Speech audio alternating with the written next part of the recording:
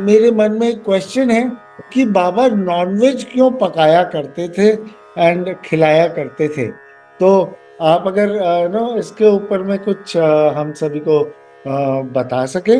इसके लिए हम कभी क्यों ये नहीं पूछते कि बाबा गालियां क्यों देते थे, या बाबा फटे हुए कपड़े क्यों पहनते थे। ये गालियां देना भी एक प्रकार की हिंसा है।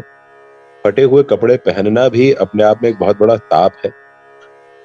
हम इस चीज को इस नजर से देखें, बाबा के जो नॉनवेज पकाने और नॉनवेज खाने की जो उनकी लीला है उसको इस नजर से देखें कि उन्होंने जब ये संदेश देना चाहा कि सबका मालिक एक, तो जब सबका मालिक एक होता है तो मालिक उसका भी होता है जो नॉनवेज खाता और पकाता है, और मालिक उसका भी होता है जो वेजिटेरियन खाता और पकाता है। खाने का, और जहां तक नॉनवेज का प्रश्न है, हमारे यहाँ बहुत पहले से हमने जाना है कि हमारे जो क्षत्रिय समाज के, जो शिकारी समाज के, जो रक्षक समाज के लोग थे, वो लोग सभी नॉनवेज खाते थे। नॉन वेजिटेरियनिज्म, हम ये मान के चले कि जब से महावीर स्वामी ने अहिंसा का पाठ पढ़ाया, या हमारे यहाँ बहुत सारे वेदों पुराणों ने जब अहिंसा की बात की थी और वो सामने आई, तो हमको लगा कि शायद हमको जीवों पे हिंसा नहीं करनी चाहिए।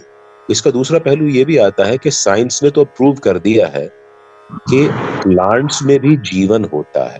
भले उनमें खून नहीं होता, लेकिन प्लांट्स में जीवन होता है। जब हम उनको तोड़ के खाते हैं, जब हम उनको मार के काट के खाते हैं, तो क्या वो हिंसा नहीं हुई? ये भी तो हिंसा है। Non vegetarianism is a way of life. Sai Baba का हम जितना हम साहित्य जानते हैं, उनके बारे में हमने सोचा, समझा और पढ़ा है कि बाबा की शिक्षा दीक्षा रोशन मियां शाह नाम की एक सूफी संत के अंतर्गत में हुई थी, जहां पर सूफी संप्रदाय में नॉनवेज खाना प्रतिबंधित नहीं है। और बाबा ने जब यहाँ पर द्वारका माई के आंगन सबके लिए, हिंदू मुस्लिम सिख ईसाई शूद्र क्षत्रिय बनिए, और जिनको वैश्य कहते हैं, या ब्राह्मणों के लिए, सबके लिए बराबर खुले हुए थे, वहां पर भी हमने देखा कि लोग आते और बाबा से अपनी मन की मुरादें मांग करके जाते।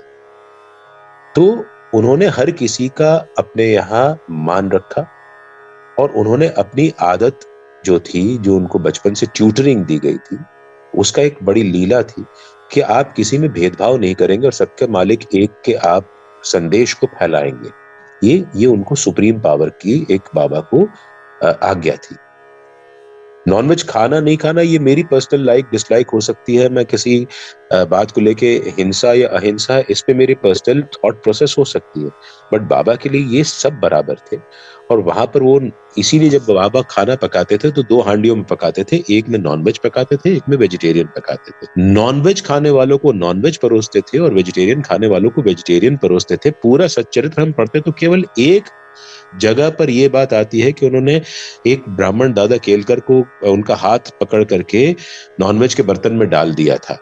वो इसलिए क्योंकि वो हमारी मानसिक संकीर्णता को हमको त्यागना सिखाना चाहते थे। बाबा का अक्सर जब हम ये सोचते हैं, जब बात उनकी सुनते हैं, तो ये समझ में आता है, बाबा ने कई बार ये कहा है कि मेरे और तुम्हारे बीच ये जो तेली की दीवार है, जो हमको फिसलने देती है, उस तेली की दीवार को हटा दे। तो तेली की दीवार तभी हटेगी ना जब हम इस प्रकार का कोई एक दूसरे से कोई डिफरेंस नहीं रखेंगे। कोई खाता नॉनवेज खाए, अपनी खुशी से खाए।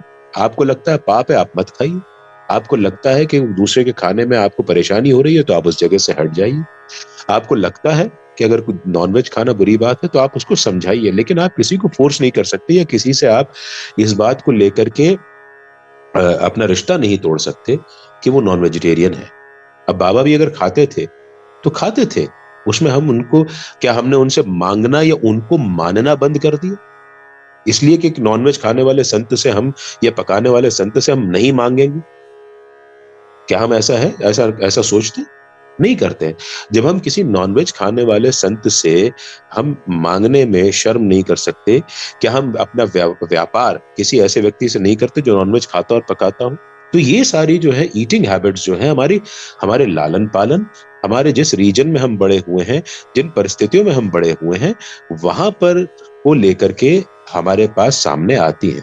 और इस बात को लेकर के हम बाबा के ऊपर किसी प्रकार का कोई आक्षेप नहीं लगा सकते कि क्यों ऐसा करते थे। एक नॉर्मल व्यक्ति की तरह वो जिए, एक आम इंसान की तरह जिए, और उन्हें एक आम इंसान की तरह जीने के लिए हम सबको प्रेरित किया, और साथ में ये बताया कि हमें अपनी मानसिक संकीर्णता छोड़नी है। और जब हम इस मानसिक संकीर्णता से ऊपर आएंगे, तब हम शायद बाबा के इस सिद्धांत को मान पाएंगे कि सबका मालिक एक। अदरवाइज हम नहीं मान पाएंगे। हम तो समझेंगे कि राम हमारे मालिक है, और पैगंबर हजरत मोहम्मद जो है वो मुसलमानों के मालिक है, और गुरु नानक देव जो हैं वो सिखों के मालिक हैं। गुरु नानक देव का तो और भी चरित्र बहुत इंटरेस्टिंग है। वो एक हिंदू व्यापारी के घर में पैदा हुए, और उन्होंने सिख धर्म की स्थापना की, और हिंदू और मुस्लिम दोनों पंथों से जो उनको बेहतर लगा, उन्होंने उस पंथ में समाविष्ट कर दिया। तो isn't it that beautiful? क्या जीसस क्राइस्ट नॉनवेज खाते थे या खाते होंगे, उसलिए क्या वो खराब हो गए? नहीं। तो नॉनवेज खाने वाला, पकाने वाला खराब नहीं होता। और जैसा अन्न वैसा मन, ये कहना भी जो है वो ये भी एक बहुत पुरानी एक सोच है, जिसमें हम ये कहें कि क्या हम ब्रोकली खाते हैं तो क्या हम ब्रोकली जैसे हो जाते हैं, क्या हम ब्रोकली जैसा सोचने लगते हैं, क्या हम पत्ता गोभी खाते हैं तो हम पत्ता गोभी जैसा सोचने लगते हैं? No, it is not. ऐसा नहीं होता है। तो ये इस पुरानी रूढ़िवादियों से हमको ऊपर आना होगा। साईं बाबा को जब हमें अपने अंदर समावेश करना है, उनके प्रिंसिपल्स को जब समावेश करना है, तो हमें इस चीज से ऊपर आना होगा। और ये कि नॉनवेज खाना अच्छी बात है, बुरी बात है, मैं इसको निर्णय देने वाला मैं कोई नहीं। लेकिन मेरा मानना है कि मेरे बहुत सारे दोस्त नॉनवेज खाते हैं, तो उनसे मेरी कोई दुश्मनी नहीं। बहुत ऐसे लोग हैं जो मुझे वक्त जरूरत काम आते हैं। और आजकल तो हम घर परिवारों में देखते हैं कि परिवार का एक सदस्य नॉनवेज खाता है, एक नहीं खाता है, तो क्या आप उसको बाहर निकाल देते हैं घर से? ऐसा नहीं होता है। ये हमको एक दूसरे का सम्मान करना होगा, और एक इंक्लूसिव धर्म की सोच के साथ आगे बढ़ना होगा। ये बाबा ने संदेश हमको दिया है, और मेरी सोच में यही बाबा का कारण रहा होगा कि वो नॉनवेज पकाते भी थे, और जो इच्छा पूर्वक खाने की इच्छा रखते थे उनको वो परोसते भी थे।